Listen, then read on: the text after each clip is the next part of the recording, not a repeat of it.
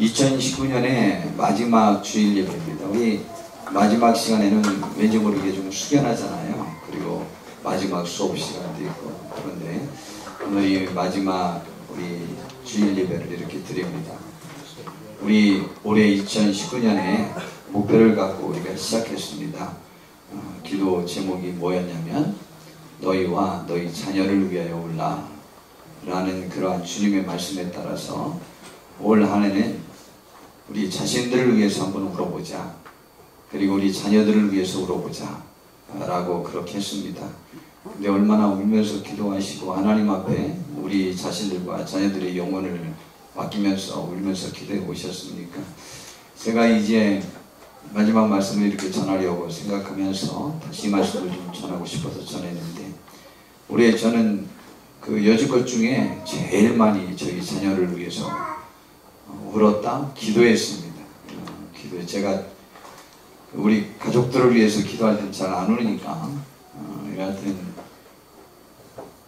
정말 여지껏 중에 제일 많이 기도해 봤어요. 근데 저 자신을 위해서는 정말 울었나 라는 생각을 해봤더니 울기도 한 것 같아요. 울기도 한 것 같은데 자녀를 위한 것만큼은 울지 않은 것 같아요. 물론 저 자신의 보호함을 위해서도 제가 올해는 정말 많이 싸우면서 기도도 하긴 한 것 같습니다. 자, 이 내용이 어찌해서 나온 것인지에 관해서 우리 한번 좀 살펴보면서 우리 자신들 올 한 해를 돌아보고 또 내년도 우리 주님 앞에서 아름답게 사셔야만 합니다. 그러니까 오늘 말씀을 우리 다시 한번 들으시면서 또 우리 삶을 돌이켜보고 생각해 볼 수 있는 계기가 되었으면 좋겠습니다. 주님께서 이제 십자가를 지러 지금 골고다라고 하는 산으로 올라가시는 중입니다. 어제 붙잡히셨고요.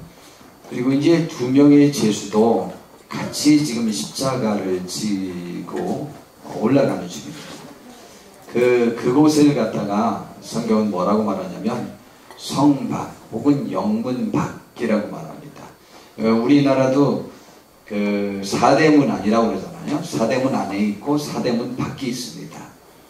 그런데 지금 사대문 밖에 있는 로마 사람들이 우리 유대인들을 죽일 때 사형 장소로 사용했던 곳이 그 성문 밖에 있는 골고다라고 하는 산 혹은 골고다라고 하는 언덕이 있습니다. 우리 저기 합정동 마포구 그쪽에 가면은 절두산이라고 있잖아요. 뭐 그게 산도 아니에요. 그냥 강가에 조금 언덕이 이렇게 있는데 거기에서 우리 기독교인들의 목을 그렇게 많이 잘라서 죽여가지고 그곳 이름을 절두산이라고 이름을 진 거예요. 그 목을 많이 자른 벤 그러한 곳이라고. 그러한 곳입니다.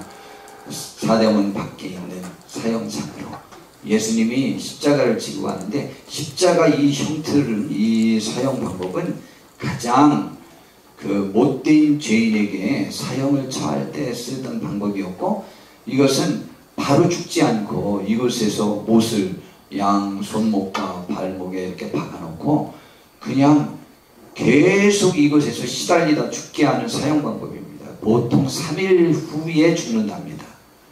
그런데 예수님은 천만다행으로 복 받으신 거죠. 6시간 만에 들어가셨어요. 그런데 이곳에 십자가를 지고 올라가는 중이었죠. 중이었는데 그 십자가 형틀이 그리 가벼운 것이 아니었습니다. 근데 두 제수는요, 그 전까지 감옥 생활을 오래 했던 제수입니다. 근데 예수님은요, 어제 밤에 붙잡혔다가 오늘 그 재판받고 바로 그냥 십자가 형이 집행됐습니다. 그러는 바람에 그 전날 밤에 또 예수님이 너무 많이 맞았어요. 너무 많이 맞아가지고 막 온몸이 상처로 짓눌려져 있는 그러한 모습으로 십자가를 지고 올라가는 거예요. 그런데 그 십자가를 지고 이제 가는데 비틀거리니까 움직이지 못하는 거예요. 뭐 계속 넘어지니까 사형 집행관들이 짜증이 나니까 구레네 지역에서 온 그 시몬이라고 하는 한 사람이 권장하니까 그냥 억지로 이 십자가를 대신 지게 한 거예요. 그래서 구레네 시몬이 십자가를 지고 가고, 우리 영화가 계속 생각이 안 나. 그리스도의 열정, 한국말로는 그 영화 우리 봤었잖아요. 근데 그 영화가 모든 학자들이 볼 때 가장 예수님의 그 십자가 처형 방법을 사실적으로 그린 거다라고 이렇게 모든 사람들이 말합니다. 이건 로마 교황청에서도 그렇고 우리 기독교의 그 모든 학자들도 가장 사실적으로 그린 영화다. 예수님에 대해서 그렇게 평가하는 영화입니다. 근데 너무 매를 많이 맞았잖아요. 막 눈도 못 뜨잖아요. 이러고 그러는 비참한 모습으로 있습니다. 그리고 십자가도 못 지고 가고 있습니다. 비틀거리고 있습니다. 그래서 대신 구레네 시몬에게 지웠습니다. 근데 그 모습을 보고 모든 사람들이 안타까워했습니다. 근데 예수님이 십자가를 질 때 예수님의 12 제자 중에 가룟유다 한 명은 죽고 자살해버리고 죽고, 예수님보다 먼저 죽었어요. 예수님 죽이려고 판 사람이 예수님보다 먼저 자살해서 죽어버렸고, 두 번째 그 베드로는 부인하고 도망가 버리고, 다른 제자 다 도망가 버리고, 12 제자 중에는 사도 요한만 함께 쫓아왔고요. 대신 여자들은 다 쫓아왔어요. 여자들이 그 수많은 여인이 쫓아오면서 울은 거예요. 그 먼 거리는 아니에요. 예루살렘 성 밖에, 성경에 또 영문 밖이라고 하잖아요. 성 밖에 그 골고다라고 하는 산, 혹은 골고다라고 하는 언덕의 사형장까지 가는 동안에 그렇게 힘들어하는데 예루살렘의 여인들이 많이 울면서 쫓아왔어요. 그때 누가 있었을까? 예수님의 어머니 계셨죠? 그리고 거기에 보니까 막달라 마리아도 있었다고 그랬죠? 막달라 마리아는요, 그때 제일 그 유대 땅에서 유명난 처녀였습니다. 그 막달라 마리아 쫓아왔겠죠? 그 다음에 나사로의 동생, 친동생 마르타 마리아 안 쫓아왔겠습니까? 잘 모르지만 나사로도 왔을 것 같아요. 왜냐하면 나사로의 일로 더 예수님을 그 사람들이 죽이려고 했었으니까. 여하튼 그 사람들이 쫓아왔어요. 굉장히 마음이 아픈 거예요. 예수님을 보고. 그래서 그들이 울은 거예요. 그리고 거기에 있는 물이 예루살렘에 그 많은 사람들이 거기 큰 무리가 쫓아오면서 여자들이 울었다고 하니까 그 무리들 중에는 분명히 예수님이 승천하실 때 500명에 드는 무리들이 거기에 있었을 것이고, 그 중에 120명이 또 모여서 기도하면서 교회가 이 땅에 세워지는데 제일 역할을 감당했던 사람이 또 그들 중에도 여기 이 여인들 중에 많이 껴있을 거예요. 여러분, 이 세상에서 굉장히 좋은 사람이 누군지 알아요? 슬프고 힘들 때 함께 해주는 사람이에요. 저는 한 가지를 경험했습니다. 그래서 제가 우리 교회 많은 사람들에게 매번 그렇게 이야기합니다. 다 꼴보기 싫어. 다 필요 없어. 다 꺼져. 다 가. 나 혼자 있을 거야. 라고 할 때 만약 혼자 남겨두고 와봐요. 그 사람이요, 좋진 않아요. 그가 지금 괴롭고 힘들다는 얘기니까 그렇게 하더라도 절대 혼자 두면 안 됩니다. 그와 진심으로 그 아픔을 함께하는 사람이 함께 해주는 것이 굉장히 좋은 거예요. 그게 사랑이에요. 그래야 그가 일어날 수 있습니다. 아무도 찾아오지 마. 다 싫어. 그래도 찾아가야 됩니다. 왜냐하면 그대로 두면 그의 영혼이 죽고요, 그의 육신도 죽을 수 있어요. 혼자 두면 안 돼요. 그때는 함께 해줘야 돼요. 예수님께서도 물론 이들이 자신을 위해서 울지 말고 너희 자신과 너희 자녀들을 위하여 울라라고, 그들이 지금 우는 그 이유가 정당하지 못하다, 더 옳지 못하다, 더 신앙적으로 좀 울었으면 좋겠다 라고 말씀을 하셨지만, 주님은 그들을 싫어하신 게 아니에요. 그들 때문에 위로받고, 그들 때문에 힘을 얻었고, 그들 때문에 본인 때문에 울어주니까 우는 방향도 설정해 줄 수 있는 거예요. 이들이 정말 복 있는 사람이에요. 예수님께서 하루 전날 그러셨잖아요. 천국에서 내가 하나님의 나라를 모두 너희들에게 맡겨 나와 함께 다스리는 놀라운 축복을 허락해 주겠다고 했는데, 성경에 그 약속들이 여러 부분이 있지만 가장 분명하게 콕 집은 것은 그 말씀이에요. 뭐라고 말씀하셨죠? 우리 2주 전에 말씀을 전했는데 너희가 나의 모든 시험 중에 함께한 자들이었다고 그랬어요. 예수님이 언제 그렇게 많이 시험을 받으셨는지 하도 의연하시니까 우리는 잘 모르지만 주님께서는 그 제자들이 너무 고마웠던 게 나의 시험 중에 함께한 자들이래요. 그런데요, 그렇게 예수님과 함께 했다는 그들이 그 순간에도 예수님은 뭐라고 말씀하셨죠? 나는 괴로워 죽을 지경이다. 지금 내가 마음이 괴로워 죽을 지경이다. 아니, 천하의 예수님이 그런 표현을 쓰셔도 돼요. 참 너무 인간적이잖아요.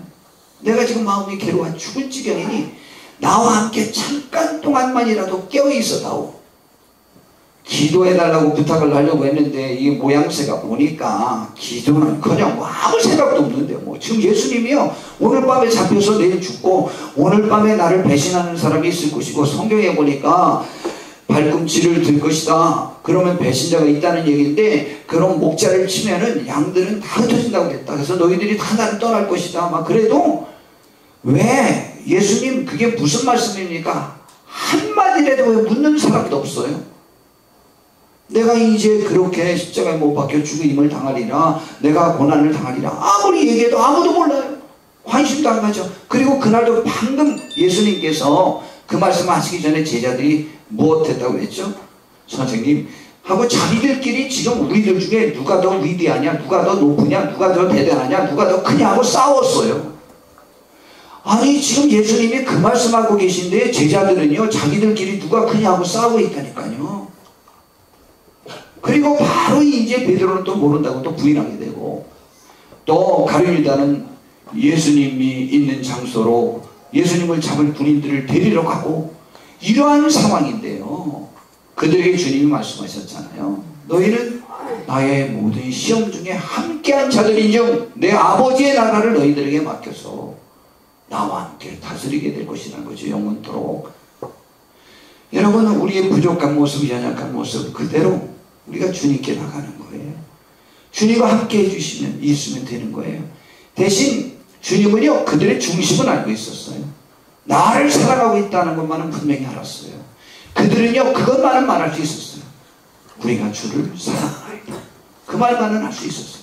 그러나 울퉁불퉁 연약하고 아직도 세상의 욕망과 사로잡혀서 또 약한 육신의 모습으로 그들은 제자도의 모습을 전혀 보이지 못하고 있는 연약한 모습이었어요. 그러나 주님은요 그들과 함께한 것이 너무 자랑스러웠어요. 너무 위로받았어요. 너무 고마웠어요. 너무 힘이 됐어요. 그래서 내 나라를 너희들에게 맡기겠다고 한 거예요. 지금 예수님이 죽는다고 그것을 아파해서 울고 있는 이 여인들에게 안타까운 마음으로 주님이 말씀하셨고 그들에게 주의 말씀을 부탁할 수 있는 대상이었다는 것만으로도 주님께는 축복이에요. 위로가 되는 거죠. 지금 뭐 예수님 울어주지 않는 사람에게 예수님이 어떤 말씀을 하신다고 해서 들어주겠습니까? 곧바랍니다 안 겁니다. 관심도 없어요. 그러나 이들은 주님이 지친 모습 곧 죽으실 건데도 불구하고 돌아서서 그들에게 부탁한 그 말씀이 그들에게 영향력이 있을 거예요. 그래서 그들이 지금 그들에게 주님이 이런 말씀을 하신 거예요. 예수께서 돌이켜 그들을 향하여 이르시되 예루살렘의 딸들아 나를 위하여 울지 말고 너희와 너희 자녀를 위하여 울라. 이유가 있어요. 울라 하는 얘기는 기도하라, 돌이켜라, 회개하라 그런 내용이에요. 이유가 뭐냐? 보라 날이 이르면 사람이 말하기를 잉태하지 못하는 이와 해산하지 못한 배와 먹이지 못한 젖이 복이 있다 하리라. 예나 지금이나 아기 낳고 싶은 마음이 얼마나 많겠습니까? 그런데 아기 안 낳아본 여인을 더 복이 있다고 할 거다. 왜냐하면 너희의 자녀가 나를 믿지 않아서 지옥을 가게 된다면 심판을 받게 된다면 그 슬픔이 더 크다. 그러니 자녀 있는 너희들아 너희 자녀를 위해서 울어야 돼. 자녀들의 영혼을 위해서 울어야 돼. 그리고 너 자신을 위해서 울어야 돼. 너 자신이 서야 돼. 그리고 너희 자녀가 서야 돼. 지금 내가 죽는 것 슬퍼하지 마. 라고 하는 것이죠. 그러면서 그렇게 막 외칠 때가 있다는 거죠.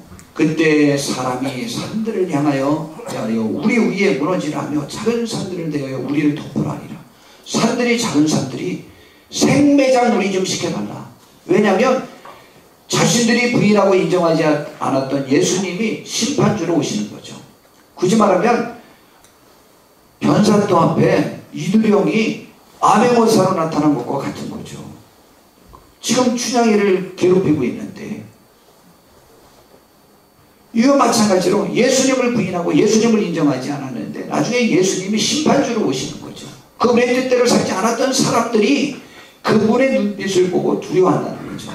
이것을 제가 1년 전에도 저 연초 첫 주일 예배에도 또 중간에도 계속 말씀드렸죠. 예수님과 예루살렘의 여인들과 생각이 다르다고. 첫 번째 예루살렘의 여인들은요, 사랑하는 예수님의 죽음이 안타까웠던 것입니다. 그런데 반대로 예수님은요, 자기를 위해서 울어주는 그 여인들의 심령을 받고 그들의 자녀들을 받고 그들의 영혼들을 보고해요. 예수님을 사랑해 주니까 예수님도 그들을 사랑해서 그들에게 좋은 말을, 그들에게 축복된 말을 해주고 싶은 거예요. 그것이 무엇이었느냐? 예수님은요, 예루살렘 여인들의 신앙과 그 자녀들의 신앙이 더 걱정스러우셨고 안타까우셨던 것입니다. 구원받기에 합당한 신앙을 갖지 못한 부모와 자녀의 최후의 고통이 무엇인지를 말씀하시면서 자신을 돌아보고 이어 자녀를 위하여 울라는 말씀인 것입니다. 여러분, 우리는 지금 어떠한 심정입니까? 여러분, 예수님의 말씀을 듣는 것, 예수님을 만난다는 것만큼 축복이 없습니다. 지금 만약 예수님이 우리 성도님들에게 오시면 뭐라고 말씀하실 것 같습니까? 칭찬하고 격려해 주실 것입니까? 아니면 책망도 하실 것 같습니까? 여러분, 이건 놀라운 사실인데요. 예수님이 나타나셔서 책망해 주신다면 그것처럼 축복이 없습니다. 예수님이 나타나 주셔서 격려해 주신다면 이것만큼도 축복이 없습니다. 그런데요, 이 세상에서 제일 큰 저주가 무관심이라고 그러대요. 무관심은 죽음보다도 두렵다고 그래요. 살인보다도 더 두렵다고 남들이 말합니다. 가장 큰 저주가 무관심이래요. 여러분, 예수님보다 누가 먼저 죽었냐면요, 예수님을 죽이려고 했었던 가룟유다가 먼저 죽었습니다. 제가 설교 중에 자주 정말 말씀드린 것 중에 하나가, 만약 예수님이 십자가를 안 졌더라면 그는 미쳐가지고 미치광이가 돼서 나는 십자가를 피했다, 나는 십자가를 피했다 라고 하면서 미쳐가지고 스스로 자살해서 죽었을 것이라고. 저는 그 패션 오브 크라이스트? 영화 제목이 그랬죠. 근데 그게 그리스도의 열정이라는 뜻이래요. 자, 그런데요, 그 영화 중에 저에게 감동을 준 장면 두 가지가 있어요. 하나는요, 가룟유다의 죽는 장면이고, 하나는 구레네 시몬이 십자가 질 때에 표현한 그 장면이에요. 여러분, 가룟유다에게 찾아간 것은요, 그 고통스러워도 죽고 싶은, 자살하고 싶은 심정이 들어있는 가룟유다를 찾아간 것은요, 주님이 아닙니다. 그렇게 고통스러워하는데도, 자기 제자였었는데도 불구하고 주님은요, 이 가룟유다를 가서 만나주지 않습니다. 성령님도 그를 만나주지 않습니다. 그에게 책망 한마디 하지 않습니다. 눕길 한번 주지 않습니다. 격려 한번 주지 않습니다. 철저하게 버립니다. 철저하게 외면합니다. 그를 만나주지 않아요. 그런데요, 베드로는 예수님을 부인하고 도망갔던 사람인데요, 베드로 때문에라도 그를 만나러 바닷가에 가 있는 베드로를 가서 만나서 베드로와 대화합니다. 베드로 외에 다른 6명의 제자들이 함께 있었음에도 불구하고요, 그 대화하는 동안에 거기에는 베드로만 있는 것처럼 베드로에게 집중해서 얘기합니다. 그의 상처를 치유하고 그에게 위로하고 그에게 소망을 주고 그에게 할 일을 다시 주고 그를 사랑해주고 격려해줍니다. 예, 만나주는 것이 축복이에요. 그게 사랑이에요. 우리는요, 책망 듣기 위해서 주님을 만나는 것만으로도 큰 축복이고요, 나에게 복 주시겠다는 얘기예요. 우리를 격려하기 위해서 만나주신 것도 복이죠. 격려하기 위해서 만나신 거니까. 그러나 가룟 유다에게 찾아간 것은 사탄이었고 귀신이었습니다. 귀신이 내 친구다, 사탄이 내 친구다 하면서 이것아 나랑 같이 놀자 해서 죽자 하고 죽은 거예요. 여러분,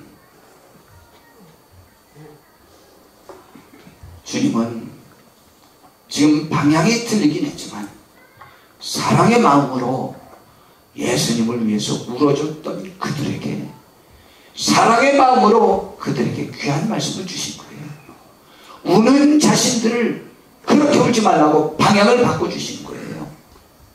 복이 있는 겁니다. 마지막 날 무슨 일이 일어날까봐 요한계시록의 이 말씀과 똑같이 병행되는 구절처럼 또 최후의 심판의 장면이 나옵니다. 내가 보니 여섯째 이를 뜨실 때에 큰 지진이 나며 해가 검은 털로 짠 산곡같이 검어지고 달은 온통 피같이 되며 최후의 심판은 반드시 이 현상이 일어나야 됩니다. 이 현상이 일어나지 않으면서 오는 예수님은 다 가짜입니다. 여지껏 우리나라에 예수님이 지금 통계 보니까 난 더 많은 줄 알았더니 12분, 하나님이 4분, 성령님이 몇 분 이렇게 계시다고 그러더라고요, 우리나라에. 예, 그런데 다 가짜입니다. 예수님이 오실 때는 반드시 저 현상이 일어나야 됩니다. 해가 검어져요. 달은 피같이 돼요. 이게 반대인데, 달은 원래 햇볕을 받아서 빛나는 건데 다시 달이 붉어지고 해가 검어져요. 해로서의 영향력을 달로서의 영향력을 발휘하지 않는 거예요. 그 다음 절에 봤더니요, 하늘의 별들이 무화과나무가 대풍에 흔들려 설익은 열매가 떨어지는 것 같이 땅에 떨어져요. 요만한 구슬 같은 거 정만한 것들이니까 그냥 하늘에서 별들이 다 떨어지면 한 2가마는 되겠죠? 2가마가 뭐예요? 그 별 하나가요, 지구에 몇 배나 더 클까?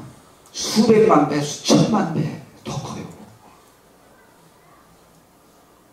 그게 떨어져서 지구로 떨어진다는 얘기가 아니고, 저게 떨어졌다, 해가 저렇게 검게 변했고 달이 붉어졌다, 별이 다 떨어졌다 라고 하는 것은 지금 현재 우주가 지탱되고 있는 우주의 법칙이 완전히 파괴되는 거예요.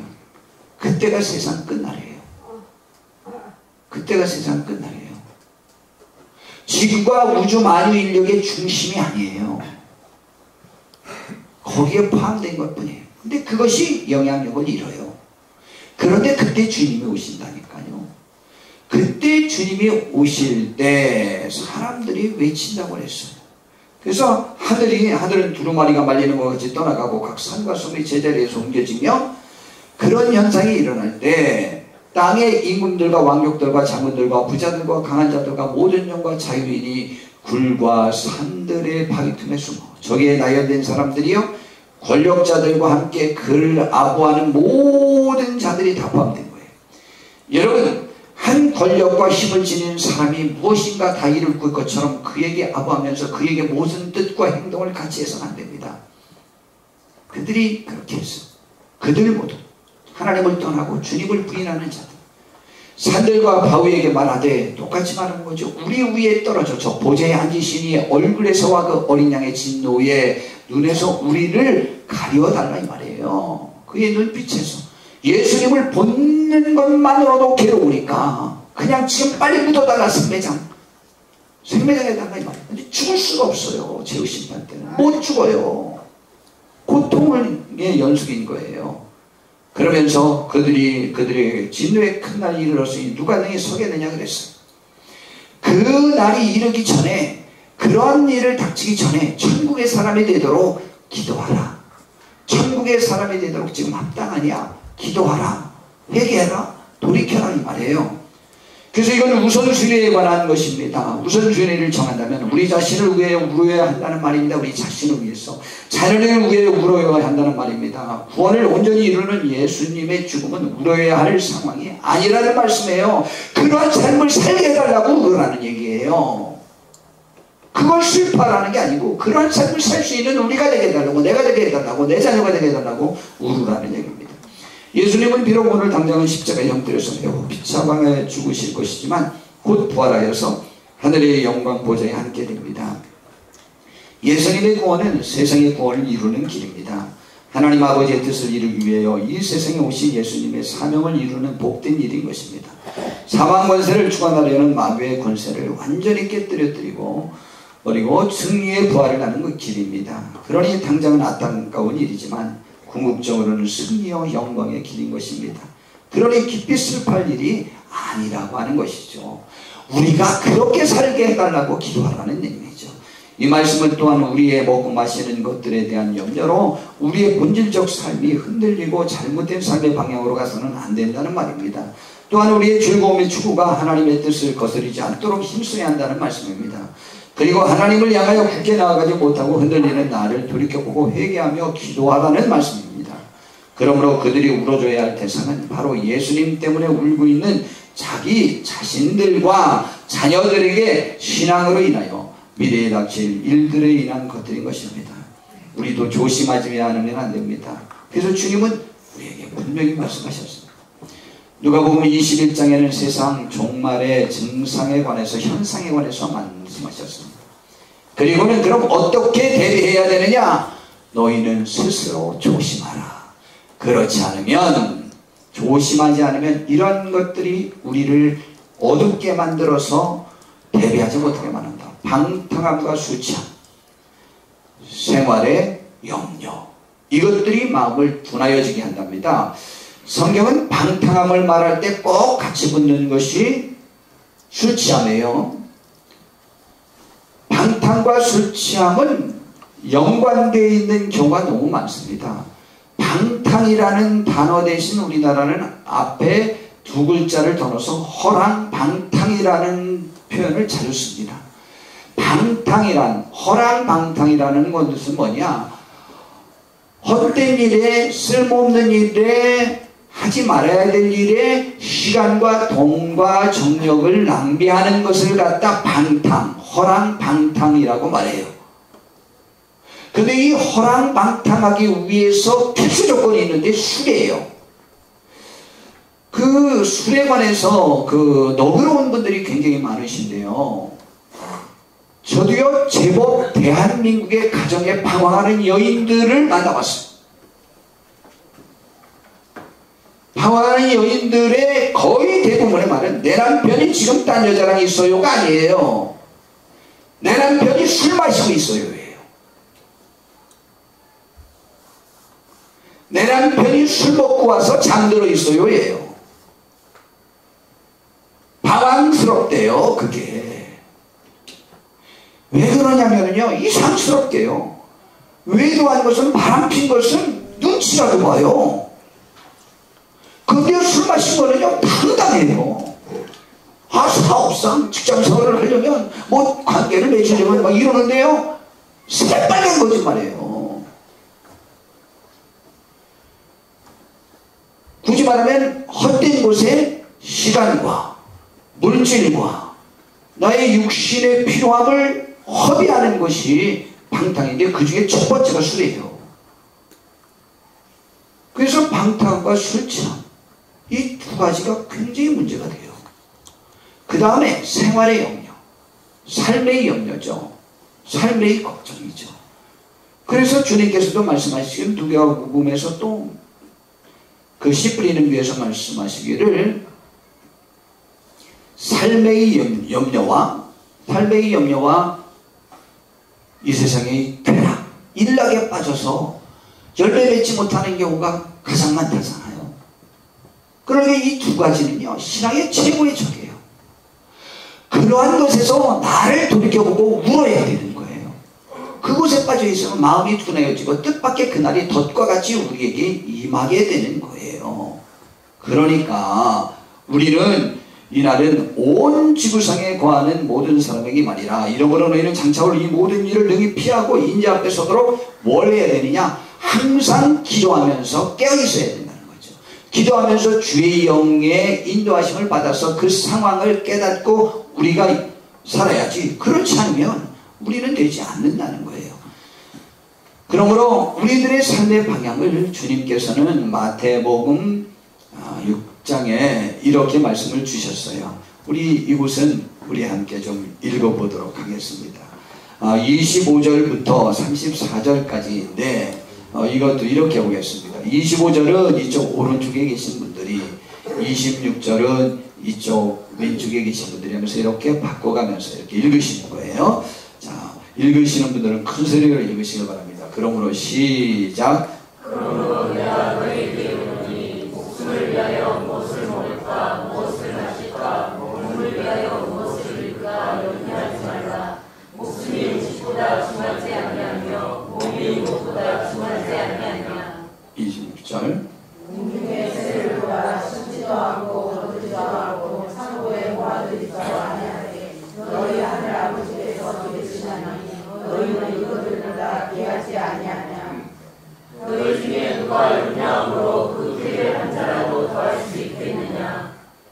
또 너희가 어찌 의복을 위하여 염려하느냐. 그의 평가가 어떻게 자라는가 생각하여보라. 수고도 아니하고 비싼도 아니하느니라. 그러나 너희에게 말하노니 솔로몬의 모든 영광으로 입은 것이 무엇 하나만 알지 못하였느냐. 오늘 있다가 내일 아궁이에 던져지는 불불도 하나님이 이렇게 입히시거든 하물며 너희가 뭐냐 그 믿음이 작은 자들아. 그러므로 얼마나 너희를 무엇을 먹을까 무엇을 마실까 무엇을 입을까 하지 말라. 이는 다 인간들이 구하는 것이라. 너희 할아버지께서 이 모든 것이 너희에게 있어야 할 줄 아시니라. 그런지 너희는 먼저 그의 나라와 그의 의를 구하라. 그리하면 이 모든 것을 너희에게 더하시리라. 그러므로 내일을 위하여 염려하지 말라. 내일은 내일이 염려할 것이요 하늘의 괴로움은 이날로 족하리라. 방탕함과 술취함, 또 이생상의 삶의 염려가 우리의 신앙적 관점을 둔화해지게 만들어서 그날을 예비하지 못하도록 만드는 일이 없도록 항상 깨어 기도하면서 나 자신을 살펴야 된다는 것이죠. 지난주에 제가 들은 우리 성도님들에게 들은 두 가지 말씀이 있습니다. 하나는 본인이 우리 임마누엘 교회 10년 이상 나왔는데 내가 안 변한 거 보니까 우리 교회가 잘못된 것 같다 해서 안 나오겠다 이러는 분이 있어요. 또 한 분은 목사님 왜 목사님만 자책하십니까?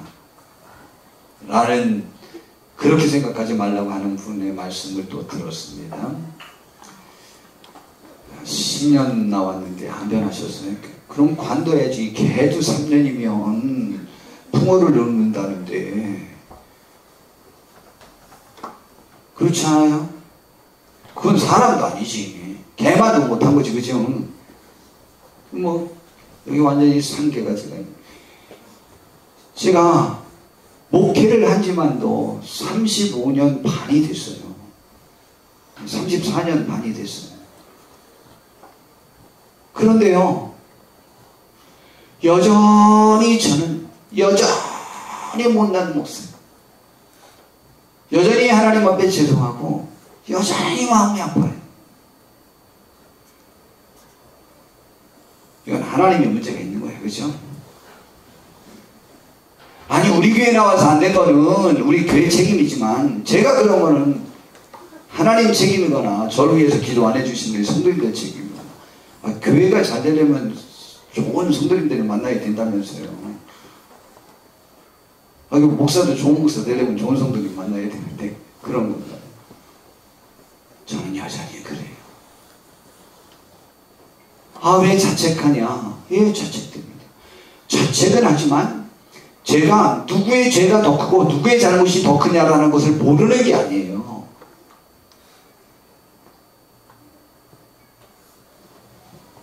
저는 그 말을 하는 것이 아니고 이것은 누가 원인이었고 아담과 하와를 했을 때 하와가 더 잘못이죠. 그러나 하나님 편에서는 아담에게 말씀하신 거예요. 그래서 저도 하나님 앞에서 말씀을 듣는 거예요. 하나님 앞에서 지금 강진수 권사님의 잘못을 듣는 게 목사의 일이 아니에요. 하나님 앞에서는 저의 잘못을 들어야죠. 그럼 광진득 집사님의 잘못은 제가 모르고요? 알아요. 하와가 잘못한 걸 한 거죠. 그러나 아담이 할 수 있는 일이 있었던 거죠. 근데 못한 거죠. 그건 잘못이죠. 하나님은 책망한 거예요. 인류의 벌을요 아담 때문에 줬어요. 그래서 하와 때문에 준 게 아니에요. 아파요. 그 부분에 정신이 없었잖아요. 좌우지간 지난주는 하여튼 올해만큼 다사다난한 한가 없었는데 하여튼 우리 교회에 처음 있었던 일 아니에요. 그런데다가 여하튼 지난주에는 또 월요일날 냄비를 2개나 데워먹고 또 정신이 없어요. 그리고 12월은 정말 정신없는 시간을 지냈어요. 저로서는 불가능한 일을 했어요. 정관 개정했지요. 우리 교회 거. 그리고요 동문회 정관도 또 만들었지요. 그리고 재직 세웠지요. 또 이게 뭐 거의 15년 만에 있는 일이고 지금 또 내년에 또 서리 집사님들 또 임명해야 되죠. 여러 가지 것들이 아주 복잡하고요. 제가 컴퓨터를 정리해 놓지 않으면 그 자료를 뽑아서 사용할 수가 없어요.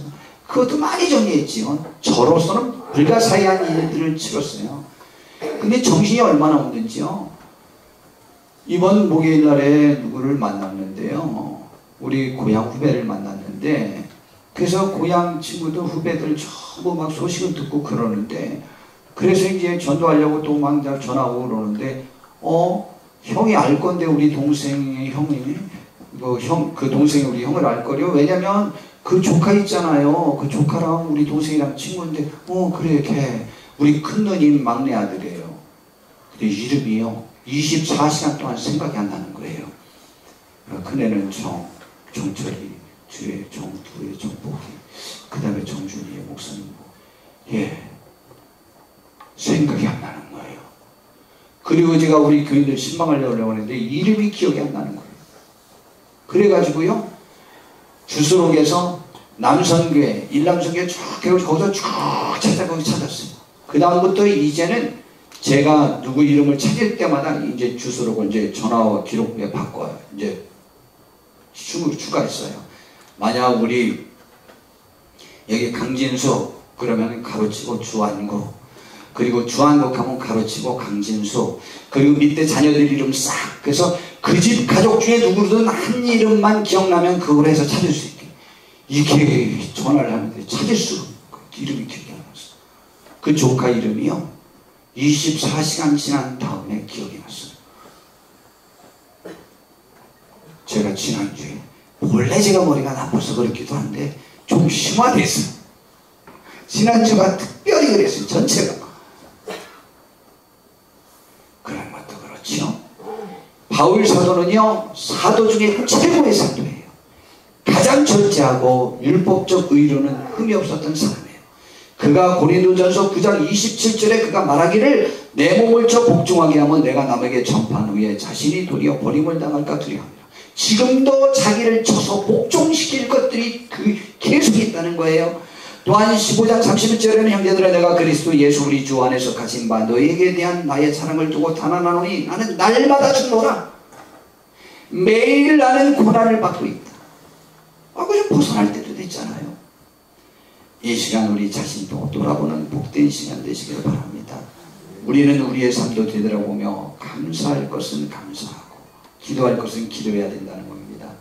감사와 기도의 차이점이 뭐냐? 야고보서에 보니까 너희 고난 중에 고난당하는 자가 있느냐? 그는 기도하라 그랬어요. 즐거워하는 자가 있느냐? 찬송하라. 이건 감사라는 얘기예요. 전도서에서는 형통한 날에는 기뻐하고 곤고한 날에는 되돌아와라.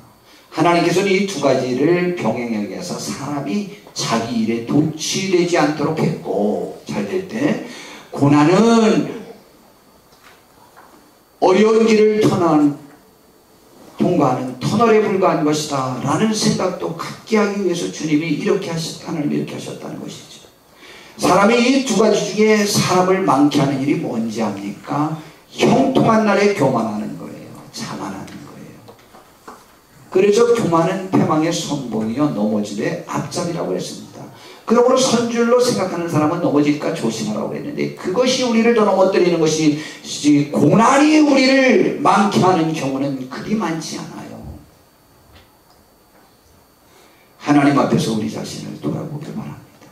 나의 인연은 어떠했는지, 나 자신을 위해서 정말 하나님 앞에서 나의 책임의식을 갖고 울어야 되는데 얼마나 울었는지, 얼마나 기도했는지, 내 자녀를 위해서는 얼마나 울었는지, 얼마나 기도했는지, 그것은 오로지 하나 나도 십자가를 질 수 있는가 라고 하는 것이 문제였지, 이런 것 안 지는 것이 우리에게 좋은 일은 아니라는 거죠. 우리는 세상에 빠지고 육신의 것에 빠지지 않도록 우리 자신을 돌이켜볼 수 있는 은혜와 축복이 우리 모두에게 함께하기를 진심으로 바랍니다.